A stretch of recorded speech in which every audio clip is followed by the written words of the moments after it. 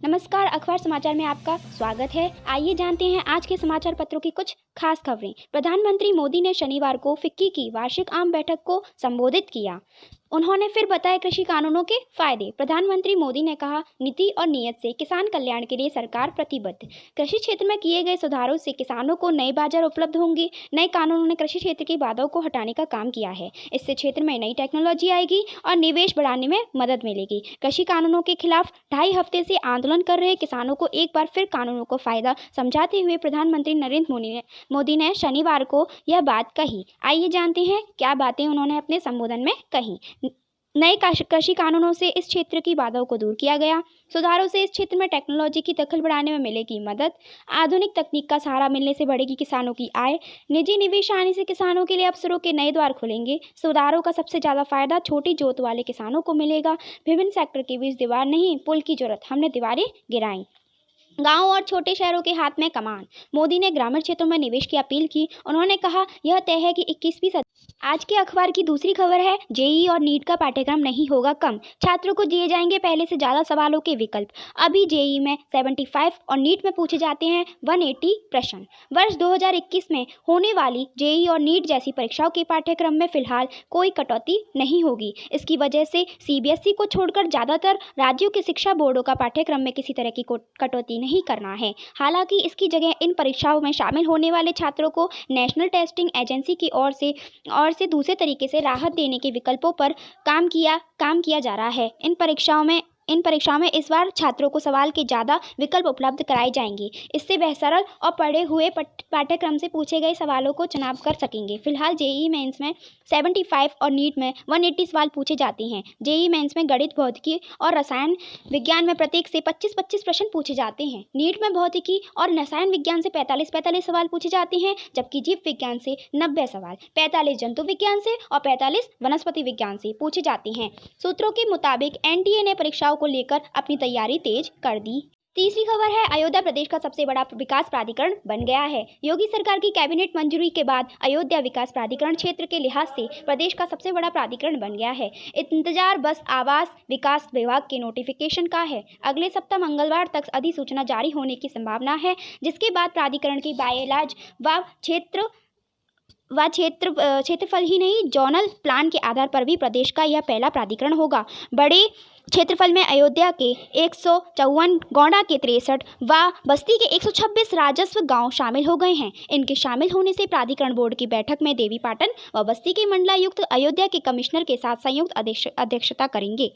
शासन के फैसले के बाद प्राधिकरण का क्षेत्रफल 872.81 वर्ग किलोमीटर हो गया है। पहले क्षेत्रफल 133.67 वर्ग किलोमीटर है। क्षेत्रफल में 6 गुने का इजाफा हुआ है। इससे जमीन की किल्लत दूर होगी। वर्ष 2031 तक के लिए तैयार हो रहे मास्टर प्लान में बड़ा 73,914 हेक्टेयर का क्षेत्रफल भी शामिल होगा। प्राधिकरण अमृत योजना के तहत बड़े क्षेत्रफल का मास्टर प्लान तैयार कराएगा। उपाध्यक्ष के अनुसार प्रयास होगा 31 मार्च 2021 तक इसे तैयार करा लिया जाए।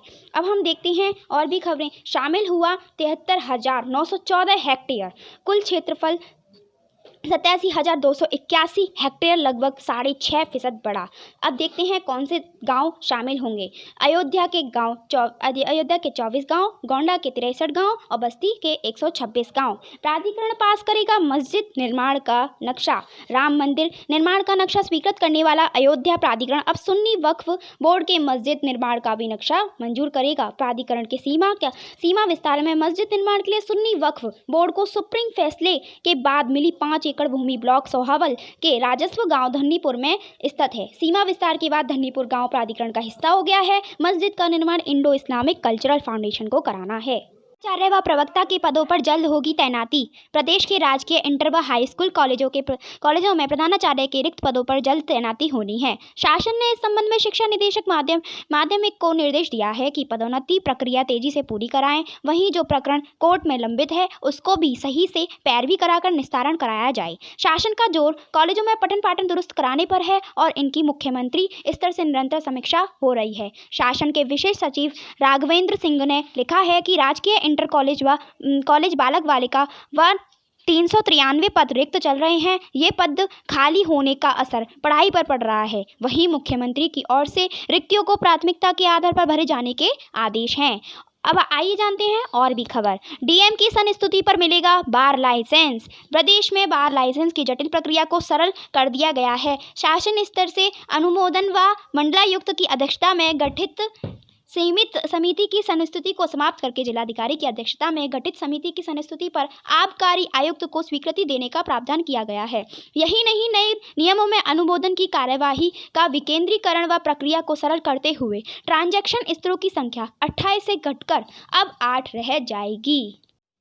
डिजिटल मतदाता पहचान पत्र पर विचार कर रहा चुनाव आयोग। निर्वाचन आयोग मतदाता पहचान पत्र डिजिटल रूप में मतदाताओं को उपलब्ध कराने की संभावनाओं पर विचार कर रहा है। आयोग के एक वरिष्ठ अधिकारी ने स्पष्ट किया है कि अभी कोई फैसला नहीं किया गया है। वहीं चुनाव आयोग ने मान्यता प्राप्त राष्ट्रीय और राज्य स्तरीय पार्टियों से लोकसभा और विधानसभा चुनाव लड़ने वाले उम्मीदवारों के लिए खर्च की सीमा पर सुझाव मांगा है। आयोग ने विभिन्न पार्टियों को पत्र लिखकर कहा है कि वे भविष्य में होने वाले लोकसभा और विधानसभा चुनावों में उम्मीदवारों के लिए चुनाव खर्च की सीमा के बारे में अपने विचार और सुझाव भेजें। एक अन्य खबर है, परिवार नियोजन के लिए किसी को बाध्य नहीं कर सकते। केंद्र ने उच्चतम न्यायालय को बताया है कि सरकार देश के लोगों पर जबरन परिवार नियोजन थोपने के साफ तौर पर विरोध में है।